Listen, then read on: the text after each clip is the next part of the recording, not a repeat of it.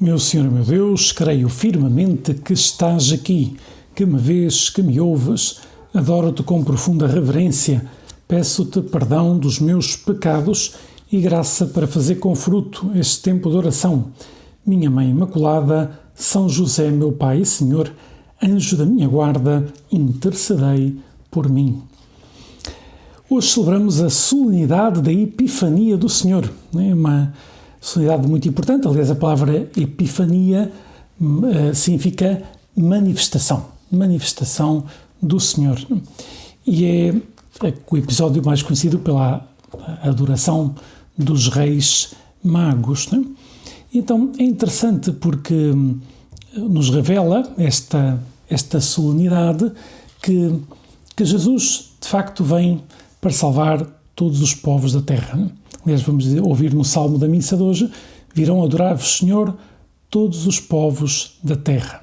Se por um lado os primeiros adoradores que teve Jesus são do povo judeu, que são os pastores, na noite de Natal, Deus também quis que viessem estes magos, representantes chamados dos gentios, né?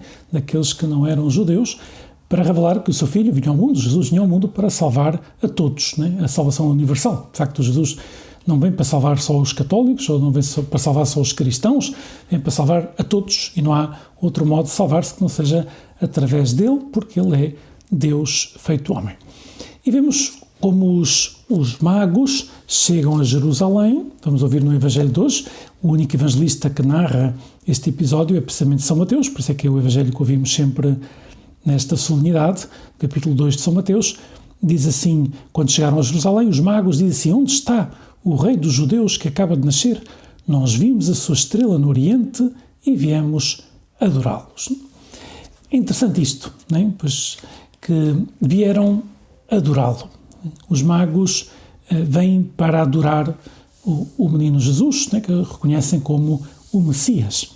E pensava, agora que recentemente nos deixou o Papa Bento XVI, né, Papa Emérito, pois pensava numas palavras que ele uma vez disse em relação a este tema precisamente, né, da adoração, né, que tem uma importância tão grande na nossa vida, e dizia o Papa Bento XVI: antes de qualquer atividade, de qualquer tentativa de mudança deste mundo, deve estar a adoração.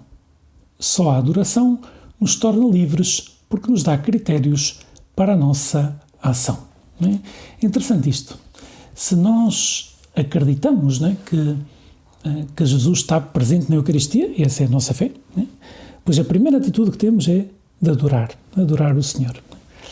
Aliás, gostava que pensasses nesta tua oração que o verbo adorar convém guardá-lo só para a nossa relação com Deus. Hoje em dia está na moda utilizar o verbo adorar em outras circunstâncias, e até há uns anos atrás, quando se ouvia isso, as pessoas diziam os pais, as mães, né? Depois diziam aos seus filhos, né?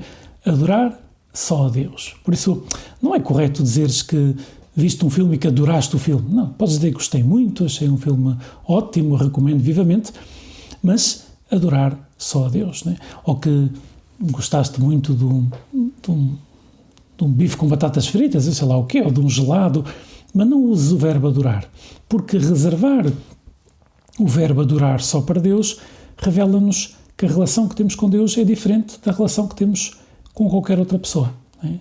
E, aliás, reparem, no casamento, o marido não está chamado a adorar a mulher não está chamada a adorar o marido, não estão chamados a adorar os filhos não estão chamados a adorar os pais. Inclusivamente, nós, diante de uma imagem de Nossa Senhora, nós não fazemos um ato de adoração, mas um ato de veneração, uma imagem, inclinamos a cabeça, mas a genuflexão, por exemplo, aquilo que se faz diante do Santíssimo, é um ato de adoração, porque na Eucaristia está o próprio Deus, o Deus feito homem, né? Jesus Cristo, está ali verdadeiramente presente, e por isso fazemos um ato de adoração. Por isso, reservar o verbo adorar só para Deus nos ajuda a recordar que a relação que temos contigo, Jesus, né, que és Deus feito homem, é diferente da relação que temos com qualquer outra pessoa nesta terra, por muito próxima que seja, né? Porque, claro, tu és o sentido da nossa vida, né? E adorar, pois evita que adoremos tantos ídolos, né? Se nos ajoelhamos diante de Jesus, pois não deixaremos de ajoelhar-nos diante de tantos ídolos. Reparem como isto é muito atual, não é? Sempre foi, na história da humanidade.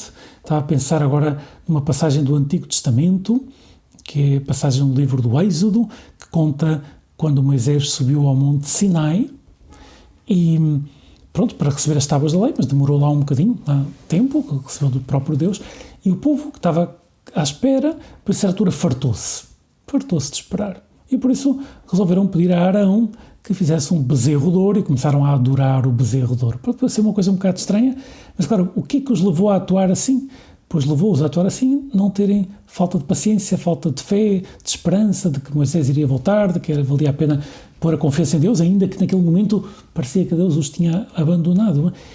Pois nós, às vezes, também podemos correr esse risco, não é? Se não cuidamos da nossa adoração a Deus, a Jesus, em concreto na Eucaristia, não é?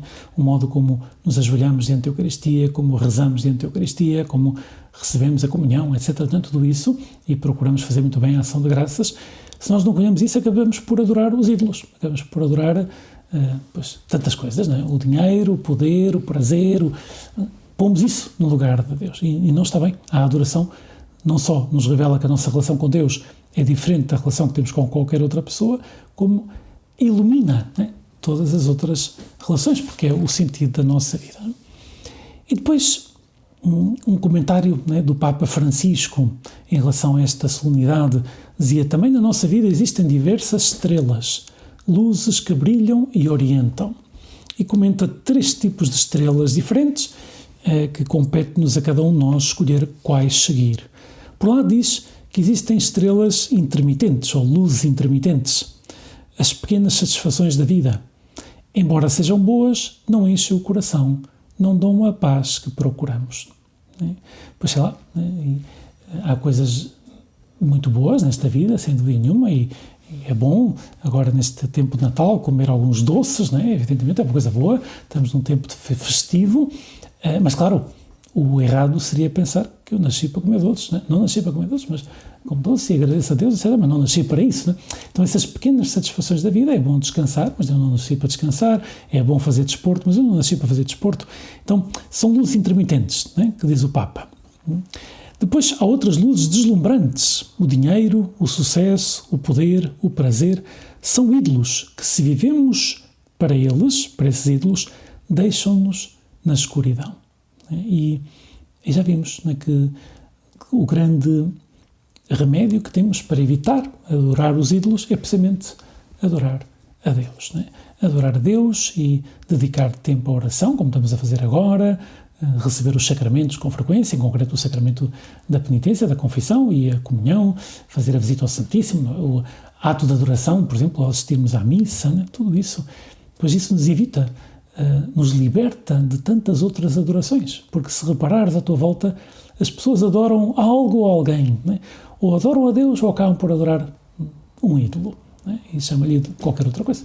Aliás, a gente diz, a juventude tem os seus ídolos, né? Faz referência a pessoas famosas, etc. Porquê? Porque necessita, o ídolo é próprio do ídolo por ser adorado, né? E é absurdo, né? O ser humano degrada-se, né? Se adora alguém ou algo que não é Deus, né?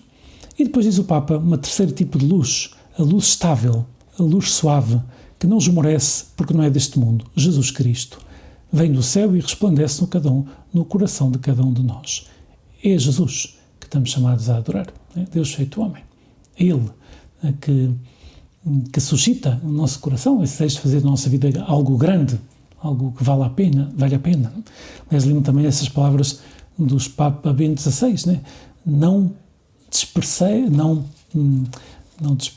desperdiceis a vossa juventude, não deixeis que ela passe em vão.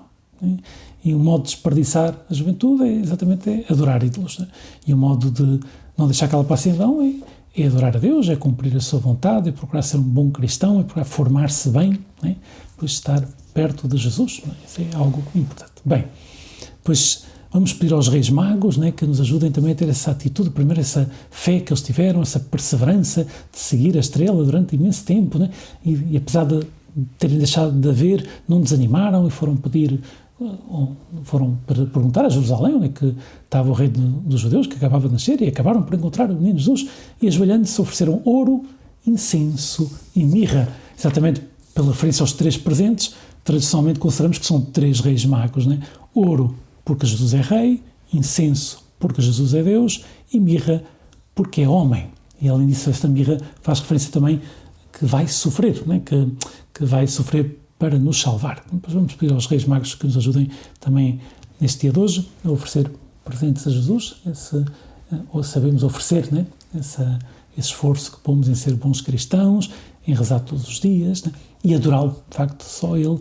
Amarás o Senhor teu Deus e só Ele adorarás. Né? De facto, é um mandamento importante, só adoramos o Senhor. Dou-te graças, meu Deus, pelos bons propósitos, afetos e inspirações que me comunicaste nesta meditação. Peço-te ajuda para os pôr em prática. Minha Mãe Imaculada, São José, meu Pai e Senhor, anjo da minha guarda, intercedei por mim.